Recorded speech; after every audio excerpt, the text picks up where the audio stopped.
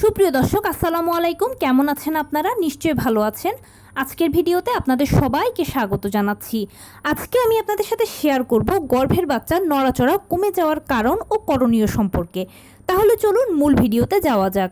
By the way, মূল ভিডিওতে যাওয়ার আগে একটা কথা বলি, আমি আমার চ্যানেলে pregnancy related, specially normal delivery related অনেক ইম্পর্ট্যান্ট তথ্য ভিডিও আকারে শেয়ার করে থাকি। এই তথ্যগুলো আমার পার্সোনাল এক্সপেরিয়েন্স ও আমার ডক্টরের সাজেশন থেকে নেওয়া। তাই আমার চ্যানেলটিকে যদি একবার আপনারা ভিজিট করেন তাহলে আপনারা আপনাদের প্রশ্নাতীত মনের অনেক প্রশ্নের উত্তর পেয়ে যাবেন। আমন্ত্রণ জানাবো আমার চ্যানেলটিকে ভিজিট করার। এবারে চলুন মূল আলোচনায় যাওয়া যাক। আমি শুরুতেই বলেছি আজকে আলোচনা করব গর্ভের বাচ্চার নড়াচড়া কমে যাওয়ার কারণ ও আপনার করণীয় সম্পর্কে। দেখুন, গর্ভের বাচ্চার নড়াচড়াটা খুবই ইম্পর্ট্যান্ট একটা বিষয়। এটার উপরে বাচ্চার ভালো মন্দ, বেঁচে থাকা, সুস্থতা অসুস্থতা সব কিছু নির্ভর করে। 5 মাস বয়স থেকে বাচ্চা নড়াচড়া শুরু করে দেয়, মাকে তখন নড়াচড়াগুলো গণনা করতে হয়। গর্ভের বাচ্চার নড়াচড়া নিয়ে একটা ডিটেলস ভিডিও আমার চ্যানেলে আছে, চাইলে আপনারা দেখে নিতে পারেন। আমি লিঙ্কটা ডেসক্রিপশন বক্সে দিয়ে রাখবো, প্লাস আই বাটনেও দিয়ে রাখবো। এখন আর বলছি না, ভিডিওটা লম্বা হয়ে যাবে। অনেকেই প্রশ্ন করেন যে গর্ভের বাচ্চার নড়াচড়া কমে যাওয়ার কী কারণ আছে। যদি এটা আপনাদের সাথে শেয়ার করি তাহলে আপনারা সচেতন হতে পারবেন। দেখুন, গর্ভের বাচ্চার নড়াচড়া কমে যাওয়ার পেছনে মূলত 3টা কারণ দায়ী। প্রথমত অক্সিজেনের অভাব, রক্তের অভাব, পুষ্টির অভাব। ধরুন অক্সিজেনের অভাব যদি হয়ে থাকে তাহলে বাচ্চা কিন্তু কম নড়াচড়া করে, আর অক্সিজেনের অভাব যদি হয়ে থাকে তখন কিন্তু এটা ডেঞ্জারাস, কারণ বাচ্চার ওই মুহূর্তে বেঁচে থাকাটাও কষ্টকর। সেই জন্য অক্সিজেনের অভাবে যদি হয়ে থাকে নড়াচড়া কম, তাহলে আপনাকে দ্রুত হসপিটালে যেতে হবে, প্লাস আপনাকে তখন ডাক্তার অক্সিজেন দেবে, এর মাধ্যমে বাচ্চা অক্সিজেন পাবে। তবে আপনি সচেতনতা হিসেবে যে কাজটা করবেন, নিয়মিত প্রতিদিন সকালবেলা ঘুম থেকে উঠে বাহিরে খোলা রোদে ও খোলা বাতাসে হাঁটাচলা করবেন। সকালবেলা রোদ থেকে ভিটামিন ডি পাবেন, প্লাস সকালবেলার যে বাতাসটা এটা অনেক ফ্রেশ, আর এই ফ্রেশ বাতাস থেকে ফ্রেশ অক্সিজেন পাবেন, যেটা আপনার বাচ্চার জন্য খুব ভালো। এবং সেই সাথে অবশ্যই অবশ্যই অবশ্যই শোয়ার সময় বাম কাত হয়ে শোবেন। আমি আবারও বলছি, শোয়ার সময় বাম কাত হয়ে শোবেন। বাম কাত হয়ে যদি শোন আপনি, তাহলে আপনার বাচ্চা ভালো অক্সিজেন পাবে। ডান কাতও মাঝে মাঝে হতে পারেন, তবে একটু বাম কাত হয়ে বেশি শোয়ার চেষ্টা করবেন। কখনোই চিত হয়ে বা উপর হয়ে শোবেন না। চিত হয়ে আমরা সাধারণত শুই কম, উপর হয়েও শুই কম, কিন্তু অনেকের অভ্যেস আছে।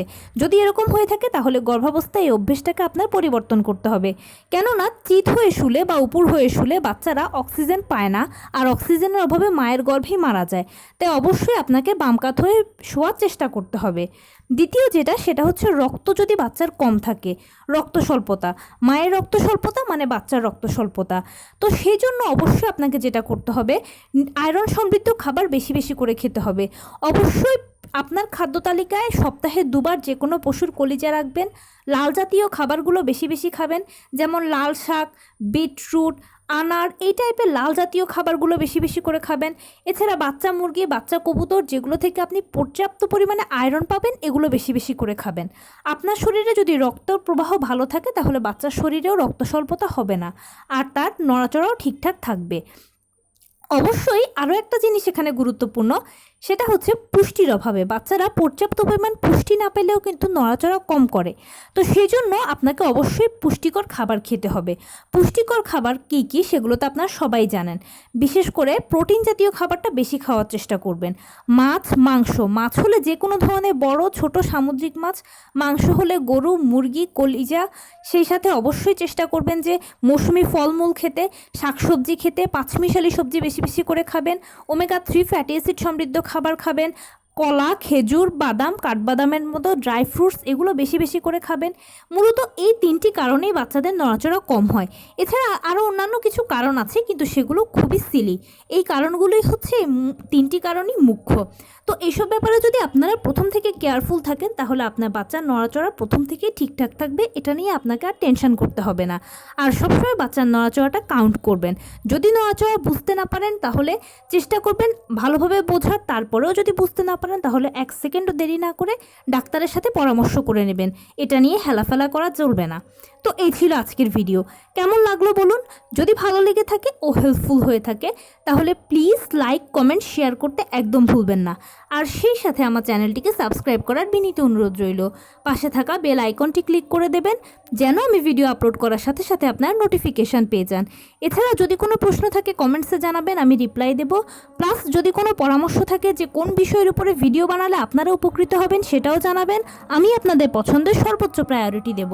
ভালো থাকবেন, সুস্থ থাকবেন। আসসালামু আলাইকুম।